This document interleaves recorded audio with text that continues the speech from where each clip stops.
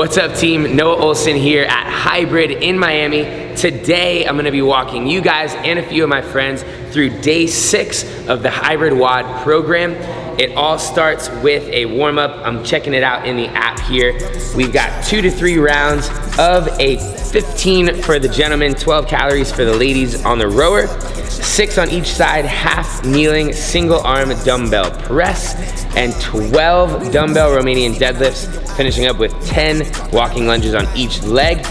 The warm-up is meant to be kind of like a mini metcon, so it's something that you're moving through just to get nice and loose and warm, get the blood flowing, get you breathing a little bit before we start the actual working pieces for the day. Let's jump into that warm-up. Here we go. You should be moving through the warm-up at a pace that is not going to fatigue you for any of the work for the day, just something to get the blood flowing, get you feeling loose, kind of wake up your central nervous system. Not much more than that.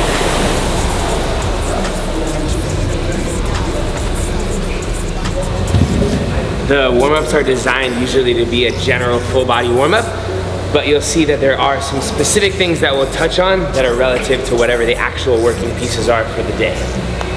Such as the half kneeling press, getting you warmed up for the shoulder overhead of the split jerk. That's the main weightlifting component of today's training. Now that we are all sufficiently warmed up, I'm gonna swipe over to our first exercise. We've got behind the neck jerk balances. This is a unique primer that we're using for the split jerk. You're starting already in basically the foot position that you would be for a split jerk with a barbell on your back, although you wanna inch that front foot back maybe 1 to 2 inches from where it would actually be in your split jerk.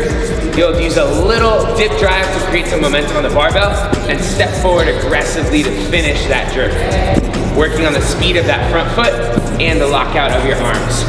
The loading is relatively light. We've got 3 sets of 3 reps, getting up to 45 to 50% of your max split jerk. And we have some noise on that platform. This is how I got into this training and competitive lifting in the first place. Oh, the internet's gonna come after me for this. Nike socks with Adidas shoes. Oh, dude. I'm sorry. Boo. Have some loyalty, man. Pick a brand.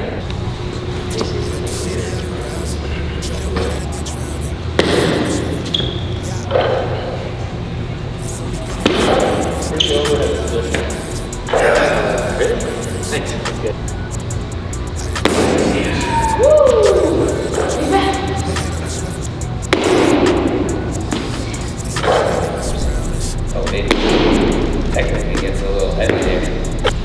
Slap on your knee, get one set on deck. What do you want, coach? That's me, baby. Oh! Okay. Good thing I did like 4 weeks on hybrid performance. Else that would look much worse. Yeah, moving right along after those behind the neck jerk balances. We've got the split jerk speed all primed and ready to go for this complex. That's next, the squat clean plus a front squat plus a split jerk. We talk about in the weekly videos how that is meant to kind of fatigue you a little bit more than just the standard 1 clean into 1 jerk, so that you're working on getting that split jerk accomplished under a little bit more fatigue when you go to do the retest of your clean and jerk and only have to do 1 thing before the jerk. It'll feel simple. We are building up in percentages. The max load for today, the final set, is supposed to be between 82 to 85%. We'll see how it feels.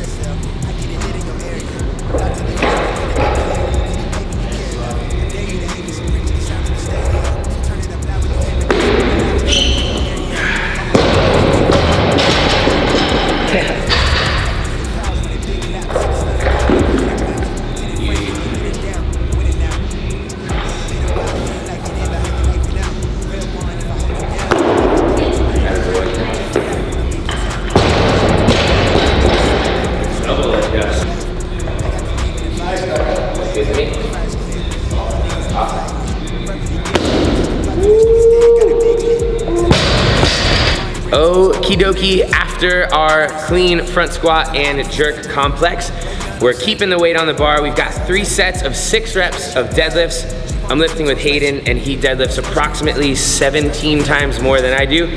So we're gonna fall somewhere in the middle, maybe even on the lower end, but we'll get through our 3 sets of 6. That'll be it for the main weightlifting pieces for the day before we move into our Imams, the fun stuff, the CrossFit.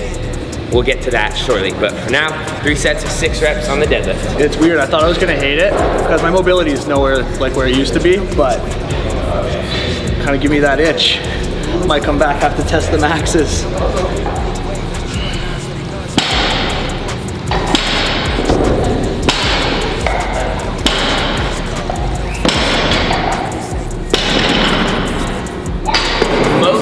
Of the weightlifting is written as singles. Even if you're doing doubles, you're meant to drop the bar and reset. Something like a deadlift, I think for a CrossFit program, you're often gonna have bigger chunks of deadlifts if you're not just going for a 1 rep max. So being able to practice what we would call maybe barbell cycling, doing some clean touch and go reps here would be fine. Whereas if we were doing doubles on a clean and jerk, the intention there is just to focus on the technique of one clean heavy lift to where you would finish your first clean and jerk, drop the bar to reset and do another one. Something heavy overhead like that doesn't really make sense to do touch and go. It'll often specify that in the notes. If there's ever going to be something that we really want you to try to do touch and go, we'll say so. Otherwise, think about doing dropping and reset, or on something like a deadlift, choice is up to you.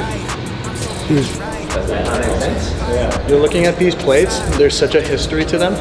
How so? These first work stands ones were the ones that Steffi and I had at our first apartment. We used to drag a platform out into the parking lot, and like everyone thought we were insane. Yeah. Lifting with those. Then these ones, the Rogues are from HYBRID WOD 1.0, yeah. The gym on the other side there. You've been there, yeah, actually. Yeah. And these Alico ones are from Fernando. He became a coach, he brought it. That's awesome. He brought in all the Alico stuff. At some point you gotta